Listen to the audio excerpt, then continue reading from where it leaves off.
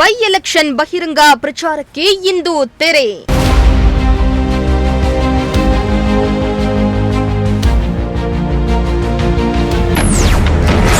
ದಾವಣಗೆರೆ ಬಾಗಲಕೋಟೆಯಲ್ಲಿ ನಾಯಕರಿಂದ ಪ್ರಚಾರ.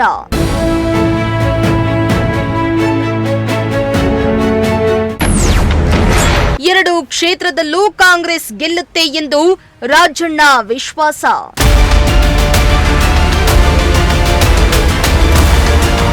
ಇದೇ ಏಪ್ರಿಲ್ 9ರಂದು ರಾಜ್ಯದಲ್ಲಿ ಉಪ ಚುನಾವಣೆ ನಡೆಯಲಿದ್ದು, ದಾವಣಗೆರೆ ದಕ್ಷಿಣ ಹಾಗೂ ಬಾಗಲಕೋಟೆ ಕ್ಷೇತ್ರದಲ್ಲಿ ಚುನಾವಣೆ ನಡೆಯಲಿದ್ದು, ಇಂದು ಬಹಿರಂಗ ಪ್ರಚಾರಕ್ಕೆ ತೆರೆ ಬೀಳಲಿದೆ.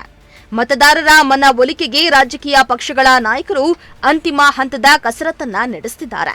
ನಾಳೆ ಸಂಜೆವರೆಗೂ ಮನೆ ಮನೆಗೆ ಪ್ರಚಾರಕ್ಕೆ ಅವಕಾಶ ಇದೆ.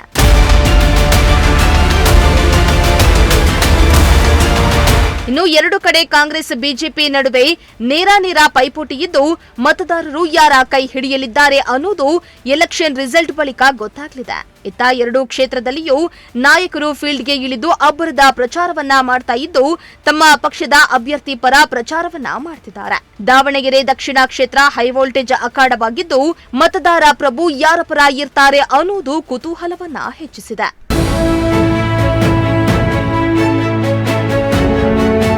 ಇನ್ನು ಬೈ ಎಲೆಕ್ಷನ್ ಸಂಬಂಧ ಮಾಜಿ ಸಚಿವ ಕೆಎನ್ ರಾಜಣ್ಣ ಪ್ರತಿಕ್ರಿಯೆಯನ್ನ ನೀಡಿದ್ದು, ಎರಡೂ ಕ್ಷೇತ್ರದಲ್ಲಿ ಮೇಟಿ ಹಾಗೂ ಶಾಮನೂರು ಕುಟುಂಬಕ್ಕೆ ಟಿಕೆಟ್ ನೀಡಲಾಗಿದೆ. ಎರಡೂ ಕ್ಷೇತ್ರದಲ್ಲಿಯೂ ಕಾಂಗ್ರೆಸ್ ಅಭ್ಯರ್ಥಿಯೇ ಗೆಲುವನ್ನ ಸಾಧಿಸುತ್ತಾರೆ ಎಂಬ ವಿಶ್ವಾಸವನ್ನ ವ್ಯಕ್ತಪಡಿಸಿದ್ರು. ಅಲ್ಲದೆ ಜನರಿಗೆ ಗ್ಯಾರಂಟಿ ಯೋಜನೆ ತುಂಬಾ ಸಹಕಾರಿಯಾಗಿದ್ದು, ಮತದಾರರು ಕಾಂಗ್ರೆಸ್ಗೆ ವೋಟ್ ಹಾಕ್ತಾರೆ ಎಂಬ ವಿಶ್ವಾಸ ಇದೆ ಎಂದು ರಾಜಣ್ಣ ತಿಳಿಸಿದ್ದಾರೆ. ಬಾಗಲಕೋಟೆ ಮತ್ತು ದಾವಣಗೆರೆ ಎರಡು ಉಪಚುನಾವಣೆಗಳು ನಡೀತಾ ಇದ್ದಾವೆ. 9ನೇ ತಾರೀಕು ಮತದಾನ ಇದೆ. ಈ ಎರಡು ಸ್ಥಾನಗಳು ಕೂಡ ಕಾಂಗ್ರೆಸ್ ಪಕ್ಷದ ಅಭ್ಯರ್ಥಿಗಳು ಹೊಂದಿದ್ದಂಥದ್ದು. ಇವೆರಡು ಕ್ಷೇತ್ರಗಳು, ಒಂದು ಮೇಟಿಯವರು ಶಾಮನೂರು ಶಿವಶಂಕರಪ್ಪನವರು ನಿಧನದ ಹಿನ್ನೆಲೆಯಲ್ಲಿ ಉಪಚುನಾವಣೆ ಬಂದಿರತಕ್ಕಂಥದ್ದು. ಈ ಉಪಚುನಾವಣೆಯಲ್ಲಿ ಕಾಂಗ್ರೆಸ್ ಹೈಕಮಾಂಡು ಅವರ ಕುಟುಂಬದ ಸದಸ್ಯಗಳಿಗೆ ಅಭ್ಯರ್ಥಿಗಳನ್ನಾಗಿ ಆಯ್ಕೆ ಮಾಡಿದ್ದಾರೆ. ಜನರು ಕೂಡ ಹಿಂದೆ ಅವರ ಕುಟುಂಬದ ಹಿರಿಯರನ್ನೇನು ಗೆಲ್ಲಿಸಿದ್ರು ಶಾಮನೂರು ಮತ್ತು ಮೇಟಿಯವರಿಗೆ, ಅವ್ರದ್ದು ಅವಧಿ ಪೂರ್ತಿ ಆಗಿಲ್ಲ.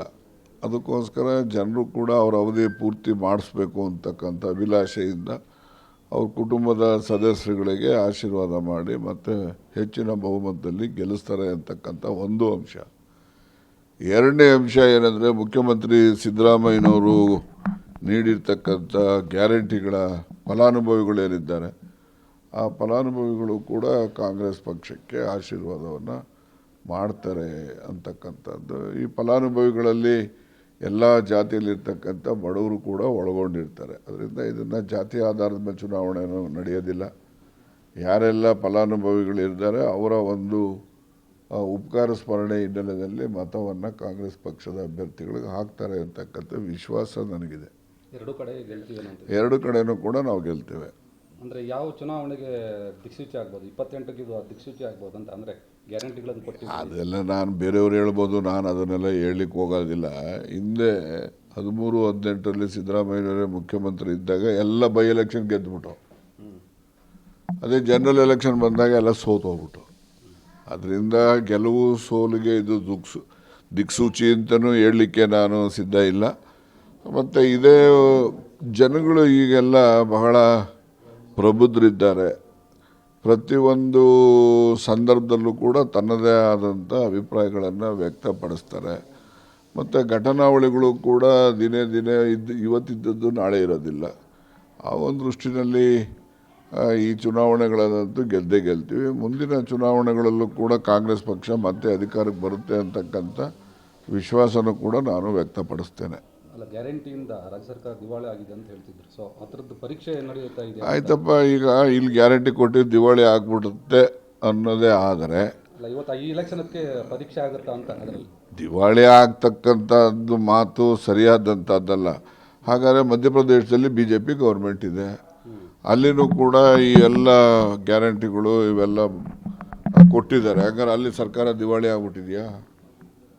ಮತ್ತು ಈಗ ದಾವಣಗೆರೆ ಮತ್ತು ಬಾಗಲಕೋಟೆಯಲ್ಲಿ ಅದಕ್ಕೆ ತಪ್ಪವಾದ ಉತ್ತರ ಕೊಡ್ತಾರೆ ಅಂದ್ರೆ ಗ್ಯಾರಂಟಿಯಿಂದ ಯೂಸ್ ಆಗ್ತಾ ಇದೆ ಅನ್ನೋದನ್ನ ಕೊಡ್ತಾರೆ ಅಂತೇಳಿ ನಾನು ನಿರೀಕ್ಷೆ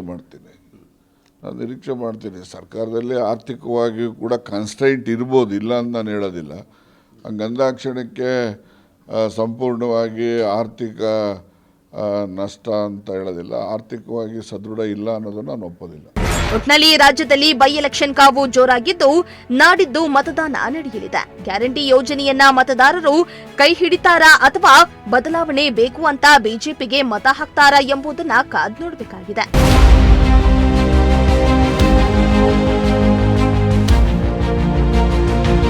ಬ್ಯೂರೋ ರಿಪೋರ್ಟ್, ಪ್ರಜಾಶಕ್ತಿ ಟಿವಿ.